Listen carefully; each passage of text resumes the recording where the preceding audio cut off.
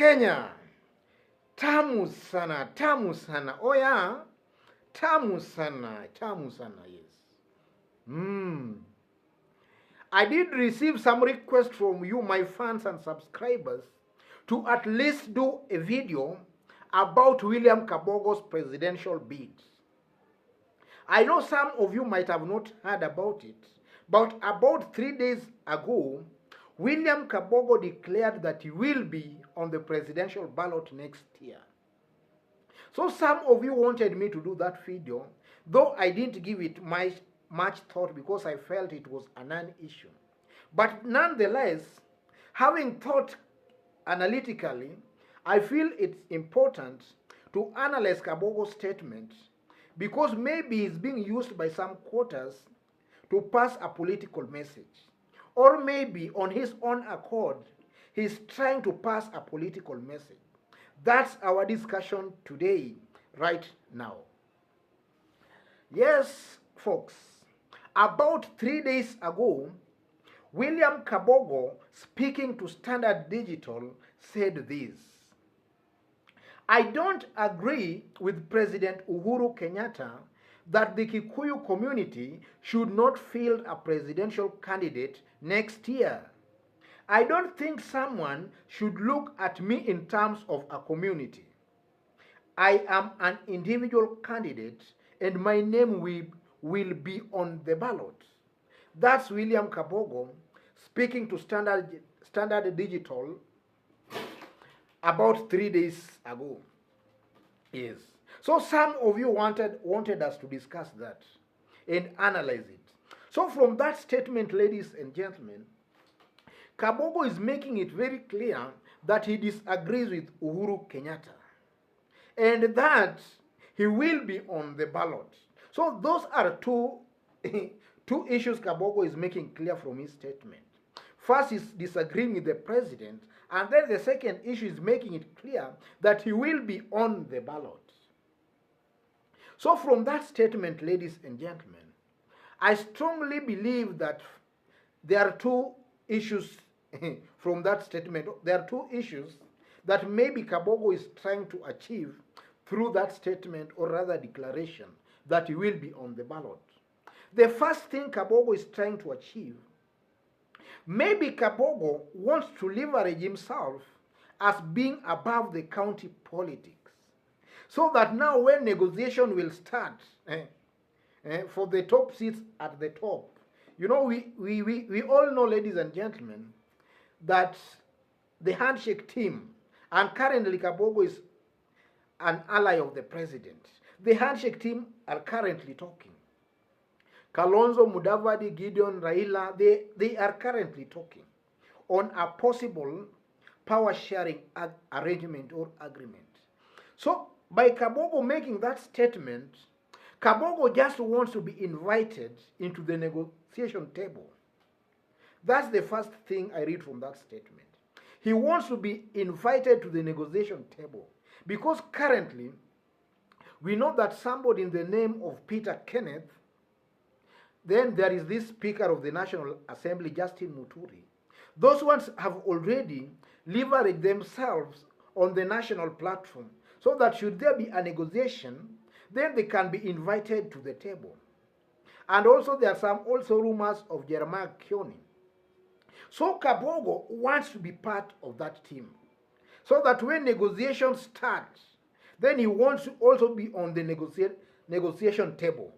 I tend to think that's the first reason William Kabogo made that statement, because we all know that himself he can't win the presidency. And we know that, and he also knows that. The second reason, ladies and gentlemen, William Kabogo might have made that declaration to achieve a certain political agenda. And the agenda might not be Kabogo's agenda. It might be an agenda of a bigger hand than Kabogo. Because we know, ladies and gentlemen, some parts of Mount Kenya currently, it's rumored that William Ruto has some very strong following in some parts of Mount Kenya. There is that belief. And also, ladies and gentlemen, the people of the mountain maybe through Kabogo, they are just being reminded that our politics is first local before it goes national. So William Kabogo, just in the same way, Kalonzo Musyoka was used to neutralize Ruto's inroads in Ukambani, and also to neutralize William Ruto's inroads in Western. I think William Kabogo is also maybe being used to neutralize Ruto's support in the larger Mount Kenya region, or rather Gema region. Because they used Justin Muturi to neutralize William Ruto's influence in Mount Kenya East, and now William Kabogo is also being used to neutralize the influence of one William Ruto on this other side of the mountain. So I strongly believe that those two reasons are the most likable reason William Kabogo declared his interest. And also, before I forget, William Kabogo on his own accord also might also be harboring some interest to contest for Kiambu gubernatorial race again next year. So he wants also to leverage himself to a higher pedestal than those he will be competing against for the gubernatorial race. So that when he contests, the people can see him as a most suitable candidate, because now he's above county politics. The people can see him as a more suitable candidate than his opponents. I strongly believe that those are the reasons William Kabogo is being as declared, or rather has made that statement.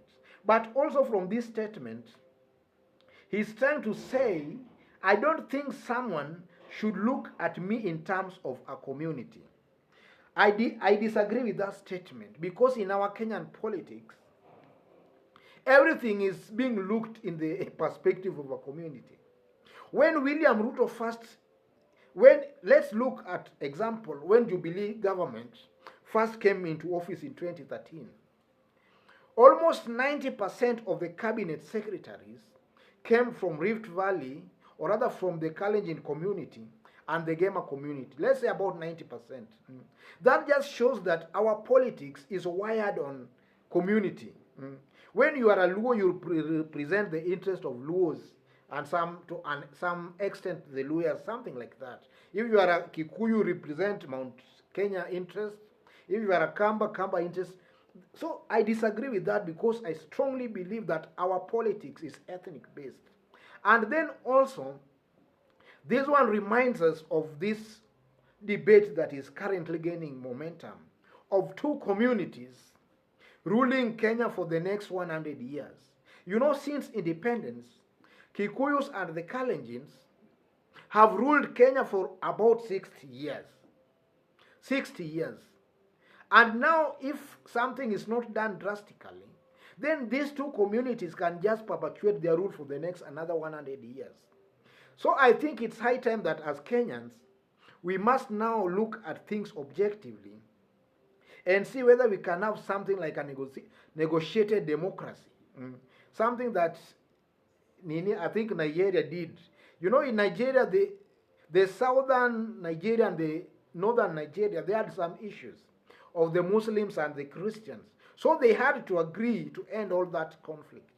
In Kenya, I think it's high time we sit at a table and agree as a people that we cannot now continue on that trajectory of only two communities.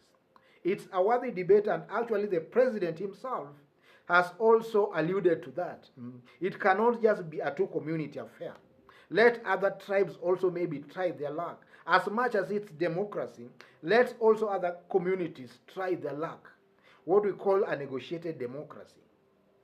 Otherwise, folks, if you've bumped on this YouTube channel for the very first time, tap on the subscription button and on the notification bell. In this YouTube channel, we do a daily political analysis on current political news and events. For those watching us outside of Kenya and you've bumped on this YouTube channel for the very first time, drop us a comment and let us know from which part of the globe you are watching us from. It's very humbling. And also, for those who might be requesting for my number, I've pinned my number on the comment section.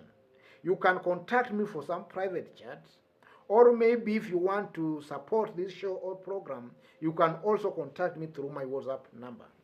God bless you. God bless Kenya. Tamu sana, tamu sana.